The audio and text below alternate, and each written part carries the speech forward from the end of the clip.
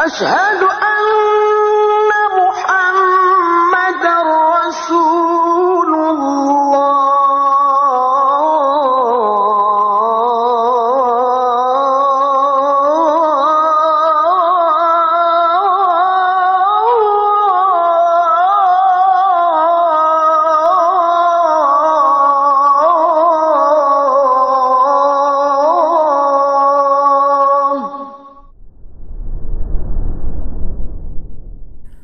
Assalamualaikum warahmatullahi wabarakatuh.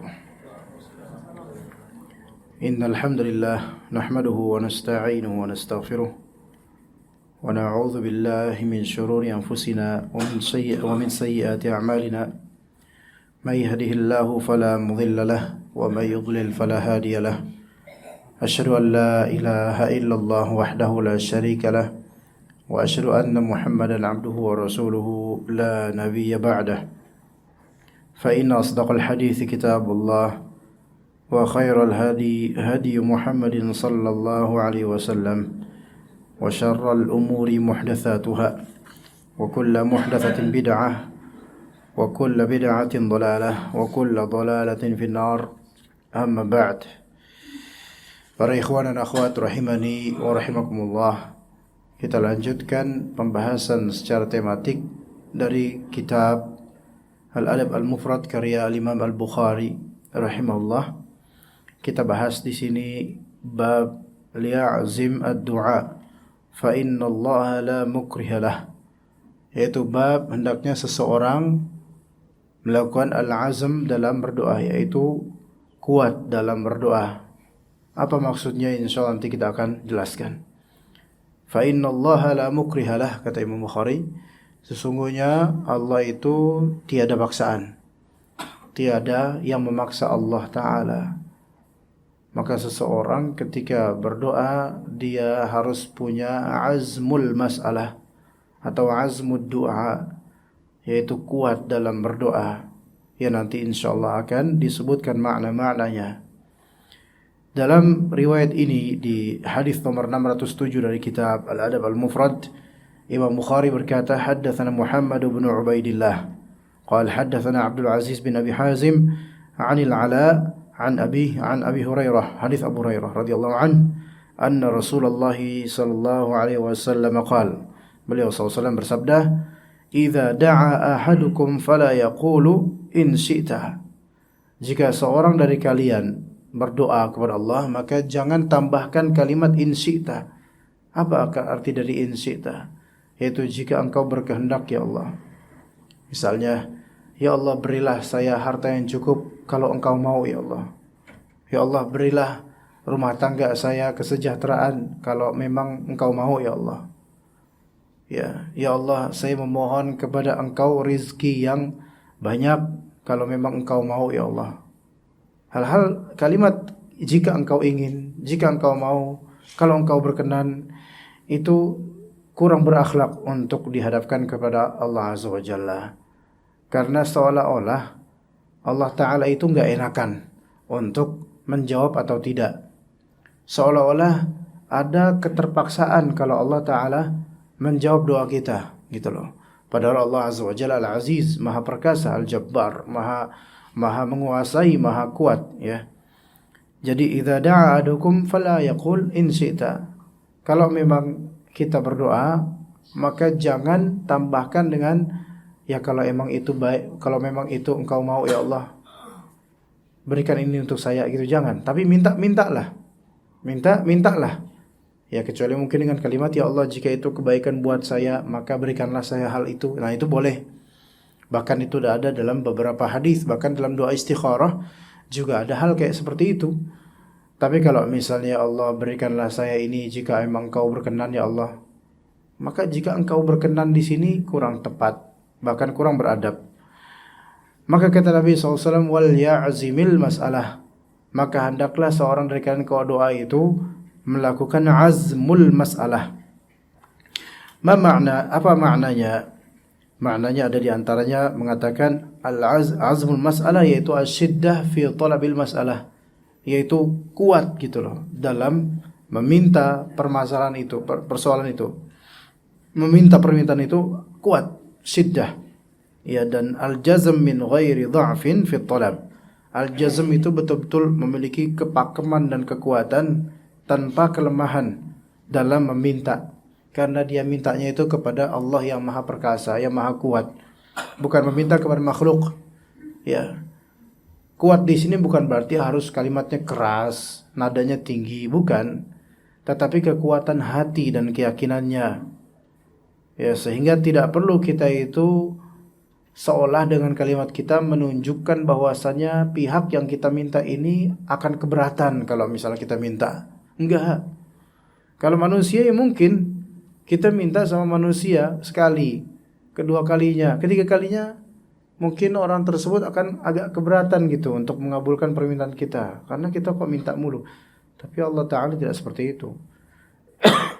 Bukankah tiap hari kita minta sama Allah gitu.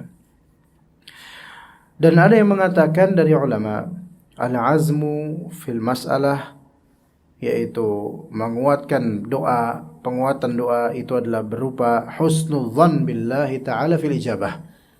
Husnudzan kepada Allah Ta'ala akan terkabulnya doa.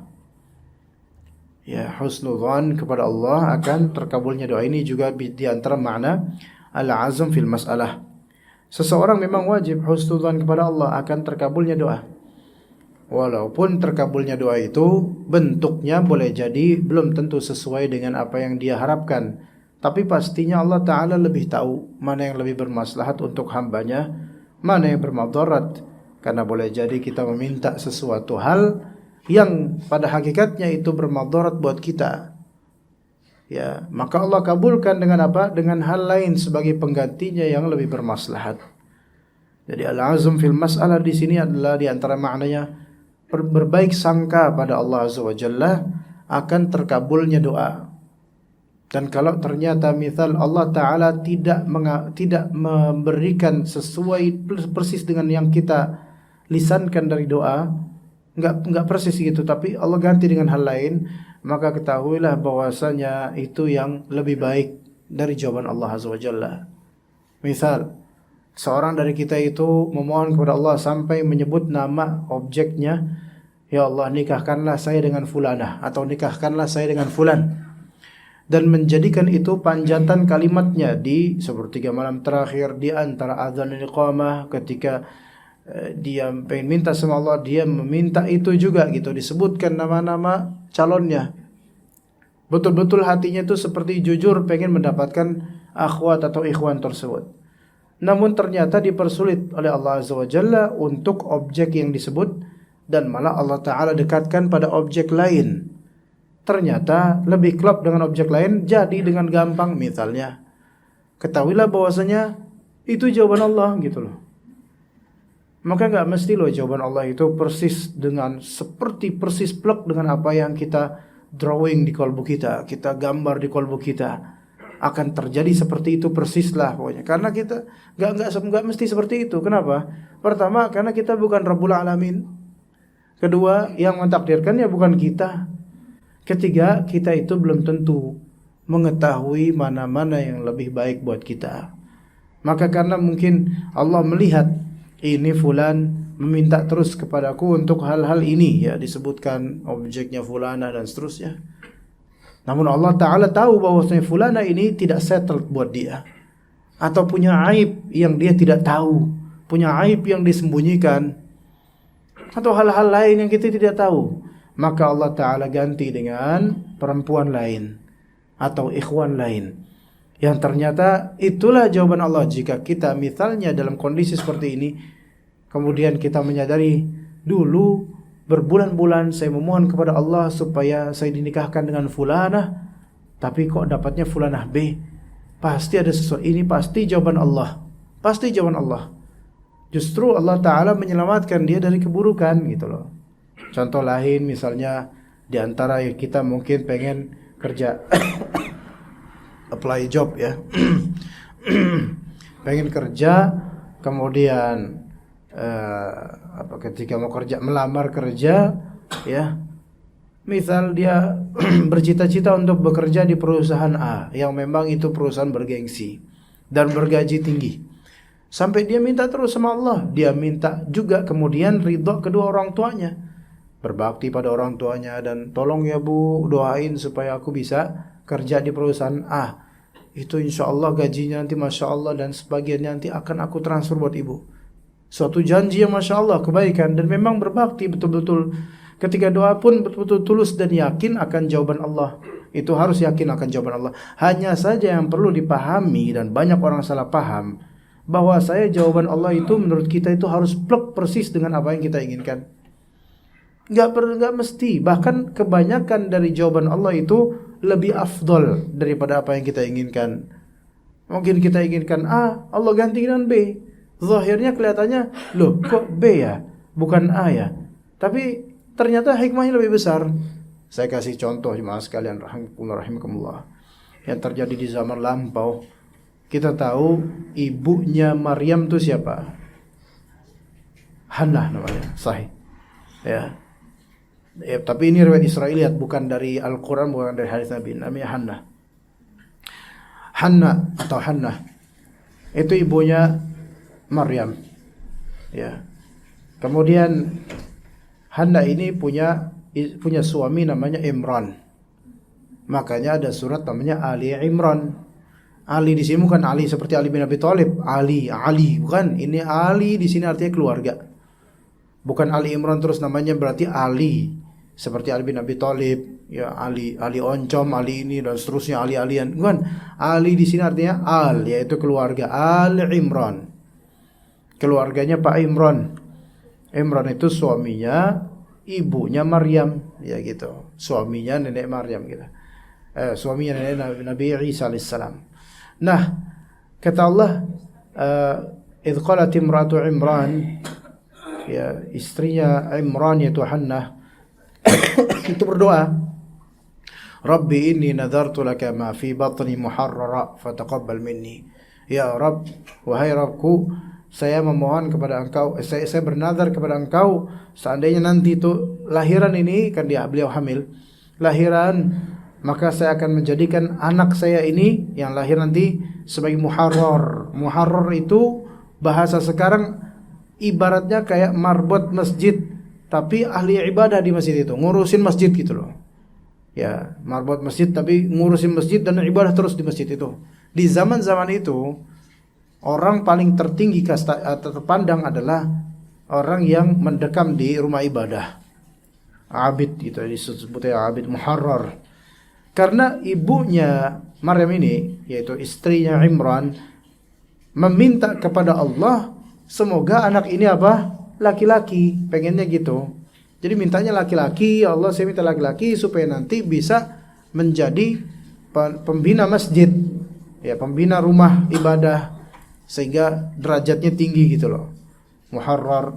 Nah, itu yang didoakan oleh ibunya Maryam terhadap anaknya. Dulu nggak ada USG, nggak ketahuan nih laki atau perempuan. USG aja juga kadang-kadang belum tentu benar gitu kan. Nah, husnudzonnya adalah Allah akan menjawab doa ini. Falamma wadu'atha qalat rabbi inni wadu'tuha untha. Ketika lahiran dia bilang, Rabbi, ya Rabb, yang saya lahirkan ini malah perempuan ya Rabb, gitu. Saya mintanya laki-laki. Ya. Gambarannya nanti saya minta dapat anak laki-laki, kemudian akan saya jadikan sebagai orang pembina rumah ibadah dan orang yang Masya Allah gitu kan. Tapi ya perempuan ya Allah. Enggak seperti yang disangkakan exactly dengan exact doanya gitu loh. Doa harapannya kan laki-laki. Kalau udah laki-laki kan bisa nanti diatur untuk menjadi pembina masjid. Ini perempuan gimana ya? Gitu. Wallahu a'lamu bima wadu'at. Allah itu lebih tahu terhadap apa yang dia lahirkan. Gitu ya. Enggak persis. Tapi ternyata perjalanan hidupnya dan kemudian harinya itu malah jauh lebih berhikmah. Maryam kemudian akhirnya dipelihara oleh Nabi Zakaria sebagai pamannya. Dipelihara oleh Nabi Zakaria itu pamannya Maryam. Dan Nabi Zakaria nanti kelak dengan adanya Maryam itu ditaruh di rumah ibadah, dan kemudian Nabi Zakaria melihat keajaiban-keajaiban yang ada pada Maryam alaihassalam. Beliau bukan nabi ya, karena perempuan ya. Dengan itu, dengan kesolehannya Maryam, maka Nabi Zakaria terinspirasi untuk sholat dan berdoa minta sama Allah. Di usia tuanya belum punya anak, akhirnya minta sama Allah anak, minta sama Allah. Dan di usia tuanya akhirnya terlahir apa? Nabi Yahya. Dan yang menamakan Yahya itu Allah Azza wa Jalla. Dari kisah ini, lihat doanya ibunya Maryam tidak, yang terjadi realitanya tidak exactly sesuai dengan gambaran harapan ibunya Maryam. Malah sebenarnya kalau diperhatikan jauh lebih afdol daripada sekadar apa yang tergambar di keinginan ibunya Maryam. Ya, makanya jemaah sekalian, di sini kita itu diwajibkan ketika doa, diwajibkan azm fil masalah, yaitu kuat husnudzonnya kepada Allah akan terjawabnya doa ini. Tapi yang harus diperhatikan juga adalah bahwasanya kenyataan nanti jawabannya itu tidak mesti exactly sesuai dengan apa yang Anda inginkan dari gambaran kenyataan. Karena insya Allah yang terjadi nanti malah lebih afdal daripada apa yang kita inginkan. Yakin itu. Ya, yakin. Dan jangan suudzon kepada Allah ketika terjawab dan Allah gantikan dengan yang lebih afdal. Jangan katakan bahwasanya Allah Ta'ala tidak mau menjawab doa saya, atau Allah Ta'ala mengurangi doa saya, atau hal-hal lain dari kalimat-kalimat suudzon pada Allah.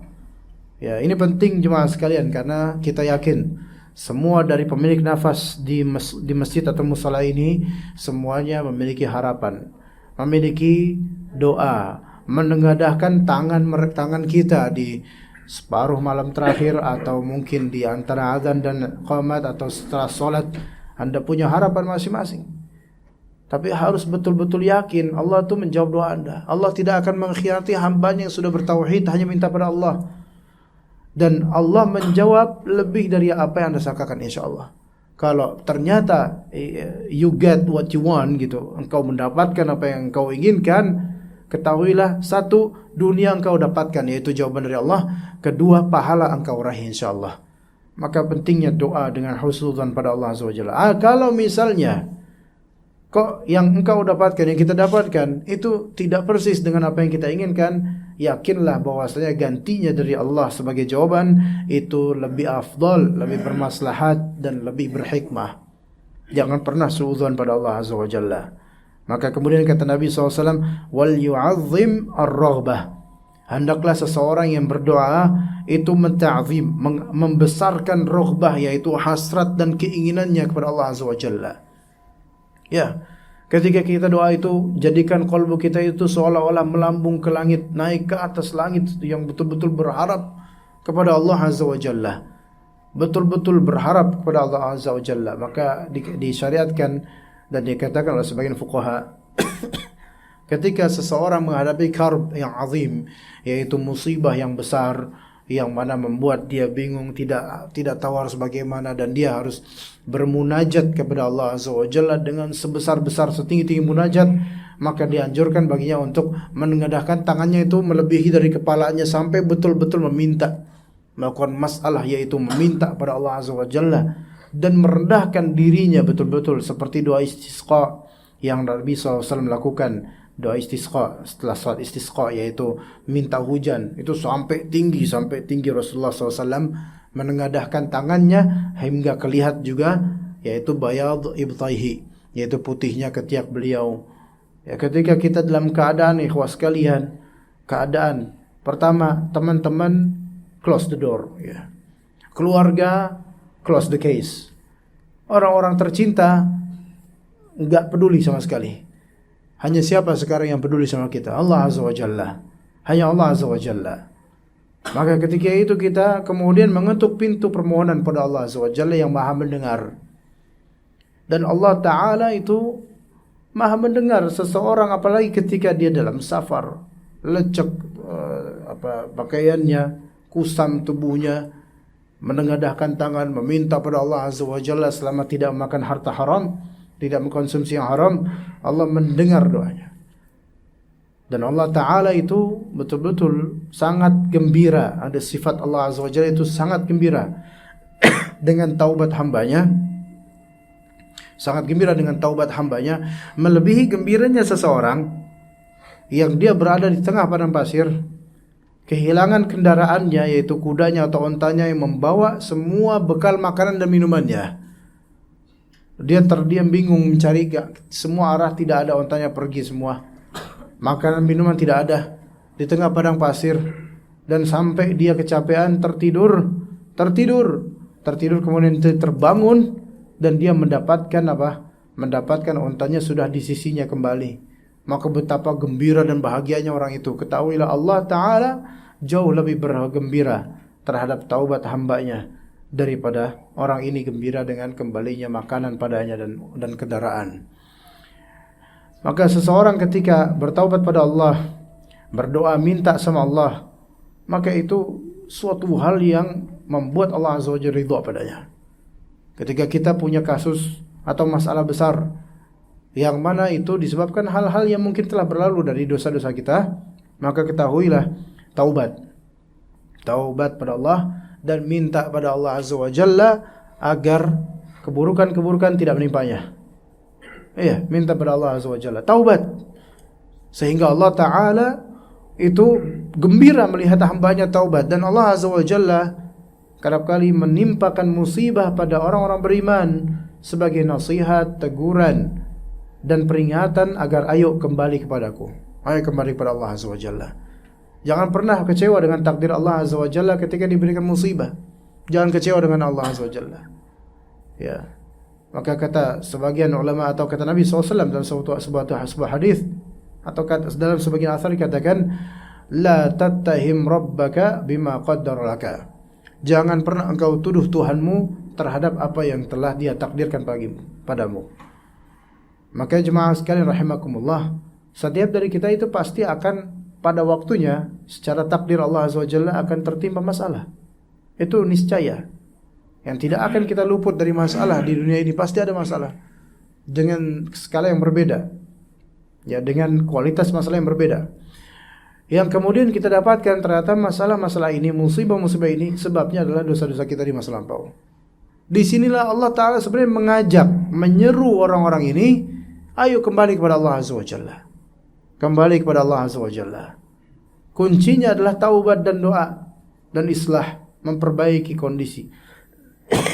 Maka taubatnya kita kepada Allah Azza wa Jalla dan permohonan doa kita kepada Allah Azza wa Jalla pada momentum itu justru menjadikan musibah itu sebagai nikmat, justru menjadikan musibah sebagai rahmat, justru menjadikan musibah sebagai karunia yang indah yang boleh jadi tidak kita dapatkan di momentum lainnya.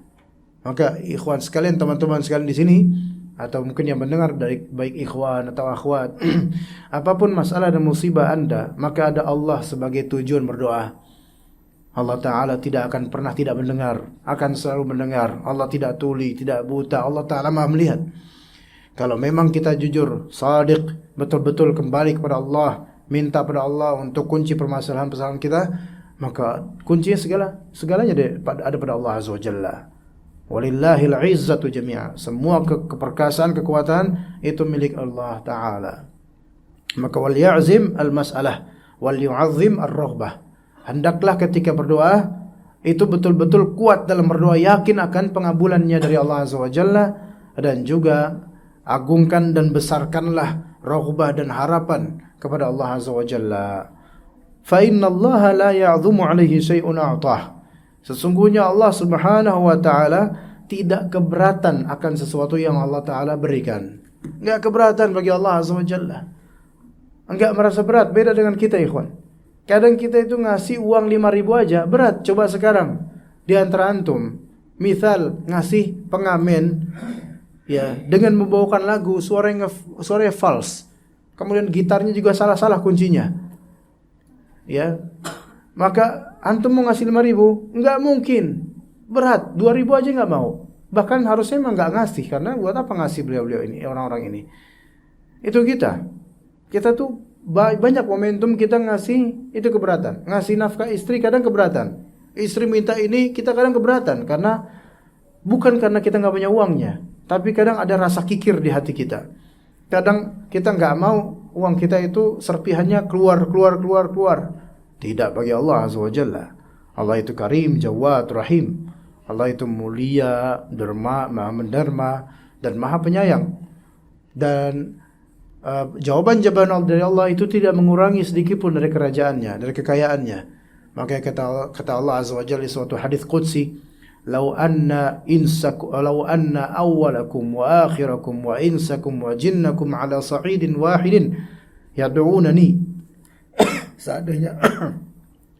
Seandainya dari awal sampai akhir, dari jin dan manusia semua berkumpul ala sa'idin wahid, di satu bumi semua berkumpul, miliunan manusia, miliunan jin berkumpul dalam satu buq'ah, dalam satu sa'id, dalam satu lapangan, semua berkumpul dalam satu momentum, mereka berdoa minta samaku, dan setiap dari mereka itu memiliki permintaan yang berbeda, maka aku akan menjawab permintaan mereka semua sekaligus, mampu, dan itu tidak mengurangi sedikit pun dari kekayaanku, kecuali seperti mikhyat, yaitu jarum jahit itu masuk ke dalam samudra. Itu kekurangannya segitu. Dari semua permintaan miliaran dari manusia dan jin, mereka minta apapun mereka minta, semuanya dikabulkan segera. Itu hanya segitu doang bagi Allah Azza wa Jalla. Dalam arti lain, enggak mengurangi sedikit pun, enggak ada apa-apanya. Kita mengurangi beberapa tetes dari air laut, itu dianggap enggak mengurangi sedikit pun dari kekayaan air laut. Iya. Sehingga Allah Ta'ala tidak keberatan sama sekali untuk memberikan antum apa yang antum inginkan sebenarnya. Enggak keberatan, hanya saja Allah Maha Kaya, betul, tidak keberatan. Hanya saja Allah itu tersifati dengan Hakim, Maha bijaksana, sehingga Allah Ta'ala memutuskan kasih atau tidak sekarang. Yang dikasih sesuai dengan keinginannya atau hal lain. Itu Allah Ta'ala Maha bijaksana. Dan Allah tidak keberatan. Maka jangan pernah mengatakan bahwasanya Allah, saya minta ini kalau emang kau ingin. Enggak. Minta aja sama Allah. Selama itu bukan hal yang batil, Allah Ta'ala tidak akan keberatan. Ya, ini akidah yang harus dipegang oleh seorang muslim dan muslimah. Karena sebagian dari muslim dan muslimah dibisiki oleh syaitan ketika mau doa, itu merasa enggak pantas saya doa ini. Kenapa ini terlalu banyak doanya? Ya Allah. Malah makin Allah Ta'ala mencintai seseorang dengan doanya, makin Allah Ta'ala cinta dengan doanya. Itulah bedanya Allah dengan makhluk. Al-Khaliq dengan makhluk. Kalau makhluk, semakin antum meminta pada makhluk, semakin hinanya antum. Tapi semakin antum minta pada Khaliq, semakin tinggi derajat antum. Semakin antum minta pada makhluk, semakin benci makhluk itu pada antum. Semakin antum minta pada Khaliq, semakin cinta Khaliq itu pada antum. Itulah bedanya Allah Azza wa Jalla Al-Khaliq dengan Al-Makhluk. Dan makhluk itu pun sekaya apapun akan ada limitnya. Sementara Allah Azza wa Jalla Maha Kaya, tidak akan ada limitnya. Hanya saja Allah Azza wa Jalla itu Hakim, Maha bijaksana. Dan kita tahu, orang saja kalau bijaksana itu tidak akan mengabulkan semua permintaan istri dan anaknya. Ya, maksudnya enggak harus istri ngidam ini hari ini, ngidam sate, hari besok ngidam masakan Padang, besoknya ngidam makan warteg, besoknya ngidam cimol, tiap hari ngidam beda. Suami yang bijak tidak akan semua itu dikabulkan setiap hari, melainkan dididik istri ini. Begitu juga dengan anak. Apakah Anda akan memberikan motor moge pada anak yang masih SD? Tentu enggak. Tidak bijak Anda menempatkan sesuatu tidak pada tempatnya kalau dilakukan hal itu. Dan Allah Ta'ala jauh lebih bijak daripada manusia. Maka jangan pernah suudzon pada Allah ketika Allah Ta'ala mensubstitute permintaan kita. Objek permintaan kita harusnya mintanya ini, tapi Allah substitute, gantikan dengan yang lain. Allah Maha bijak, lebih tahu tentang apa yang bermaslahat buat kita. Maka lihat sekarang jemaah sekalian.